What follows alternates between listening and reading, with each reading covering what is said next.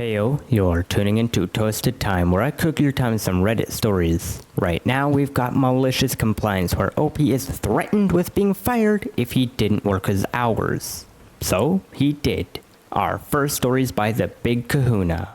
So, there I was, working at a mid-size IT firm as a software developer. My team had always been pretty laid back and focusing on results rather than the exact hours we were glued to our desks. Our projects were delivered on time and our clients were happy and our whole team morale was high. That is, until we got a new project manager. We'll call him Dave. Dave was fresh from a highly regimented corporate background and had ideas about proper workplace management, which basically meant micromanaging everything. He'd schedule unnecessary daily status meetings, demand we fill out hourly work logs, and insisted that everyone strictly adhere to 9 to 5 office hours with minimal breaks. And one day, during one of his infamous efficiency crackdowns, he sent out an email with a new policy that all coding must be done strictly within office hours to ensure collaboration and supervision. This was ridiculous because creative work like coding often requires flexible hours for maximum productivity. But Dave was adamant, and he ended his email with, "If you think you can find a loophole, think again. Follow the rules or we'll find someone who can." And let me tell ya, challenge accepted, Dave.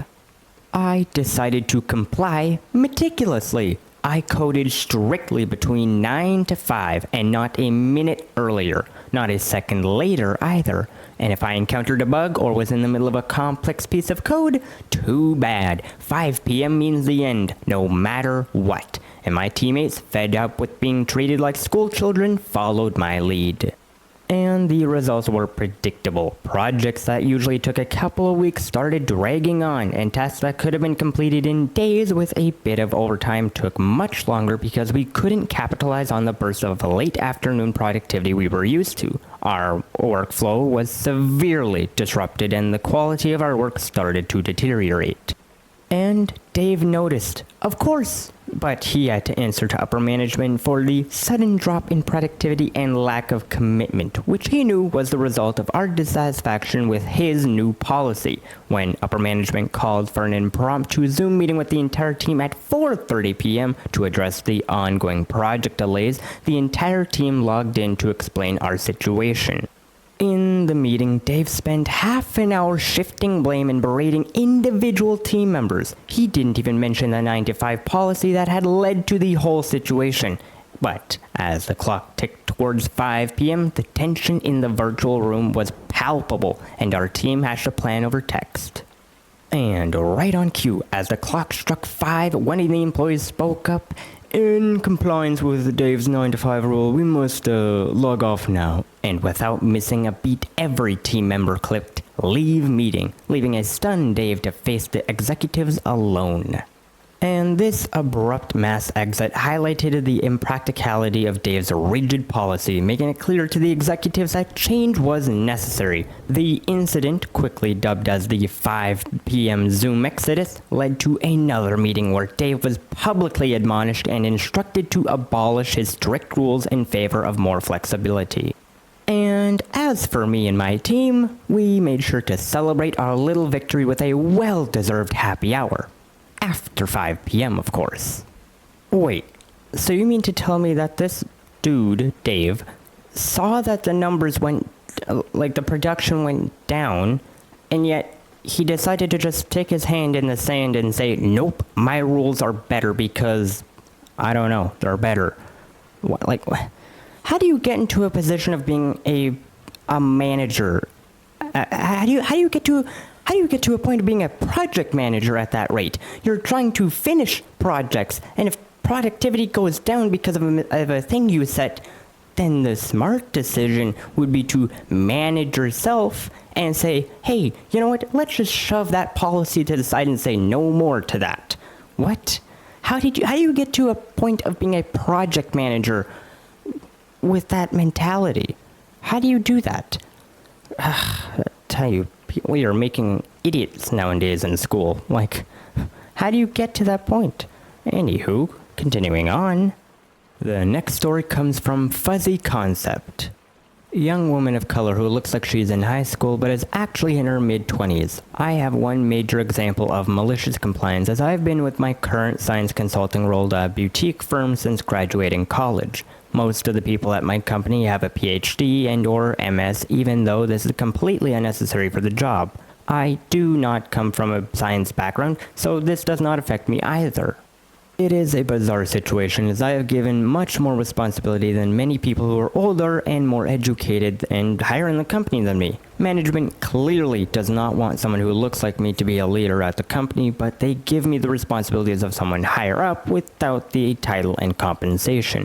I have been given several reasons as to why I was not being promoted as quickly as others. Side note, I have been promoted several times. My issue is that I'm doing more than the others in terms of workload and responsibility and I'm not being compensated for it properly per my current job description. I have just as much or more responsibility than many people above me and am being treated by a different standard. Before my most recent promotion, which took 2 years to get, my previous supervisor, also a woman of color but older and with a PhD, told me that I was being treated differently by higher-ups at my company based on my age, gender, and lack of education, although my work was perfect. She said that I was being judged on how I appeared at first and interacted with coworkers. Even though I have a friendly relationship with all colleagues, she likely meant that I was too outgoing. She said that she wanted to perform an experiment with me. She said that maybe I would be promoted if I started putting more effort into my appearance. Side note, I am a confident, charismatic person who respectfully does not need to put any more effort into her appearance, and even if I did, it is not her or anyone's frigging business. She said I should wear tighter clothing.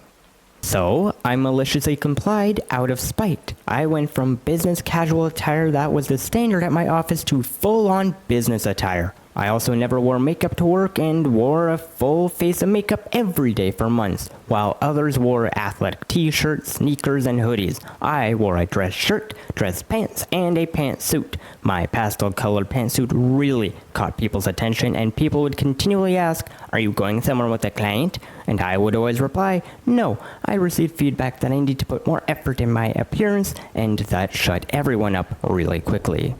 My former supervisor apologized after a week and said that she shouldn't have said that, and I kept up the act out of malice for a few weeks after, and I got the promotion a few months later.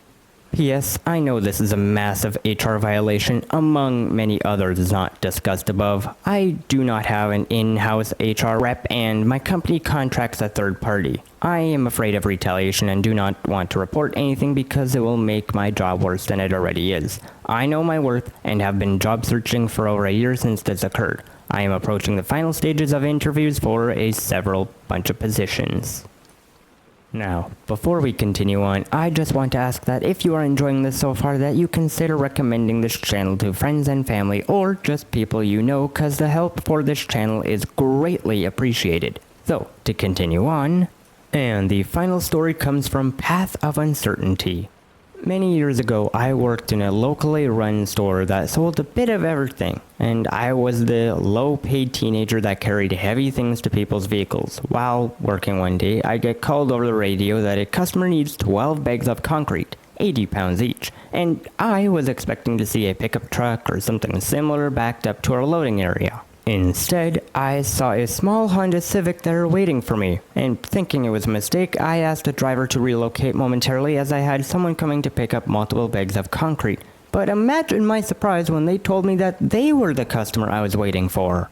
I asked the customer how much they wanted to take in each trip, as I believe the nearly 1,000 pound of concrete might be too much for such a small car to handle safely, and the customer became aggravated and insisted that they were taking it all at once. I quickly ran this past the store owner to make sure I wouldn't be held liable for any damages, and I ran back and apologized to the customer and began loading the bags. As I loaded everything up, the customer made several quips about how the customer is only right, and that I was too young and naive to understand that vehicles are engineered with a margin of safety. It quickly became apparent that there was no play left in the suspension, but at this point I just stopped questioning things. I couldn't fit all the bags in the trunk, so the customer cleared their backseat and I loaded that up as well. Upon leaving the loading area, you could clearly hear things rubbing. As the car went to the exit parking lot, it passed over the elevation change between the lot and the road, and there was a loud pop of something breaking, followed by scraping. I could see that the driver was irate in the car, and after a moment, he got out, looked around and under the car, and the guy sheepishly asked for my cell phone because he had no power left, and he needed to make a few phone calls. A short time later, a tow truck came to remove the car, and the guy waited in our lot for nearly an hour until his wife could come and pick him up. Oh man, yikes. Imagine saying that OP was too young and naive to understand that vehicles are engineered with a margin of safety. And yeah, cars are engineered with a margin of safety. The only thing is that your car has the margin of safety for passengers, not too much of weight.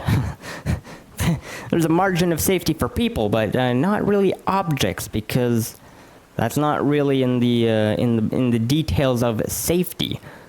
It is in the details of safety for a truck, which is why they have spots to put straps, but not in a car that you have. Not exactly the same type of margin of safety. One is a passenger type vehicle that has safety for people orientated for that, whereas a truck, a proper tool or proper vehicle to carry the concrete, has engineered the margin of safety for a load. I don't know how else to put this. No, dude, you are the old one and naive. Maybe he is too young and naive. That could also just be as true. Anyways, well, that is about it for those stories today. But if you enjoyed, please like and subscribe to become a fellow bread bag. But aside from that, I post 2 new videos every day, so I hope to see you next time toasting session. But until then, have a good one.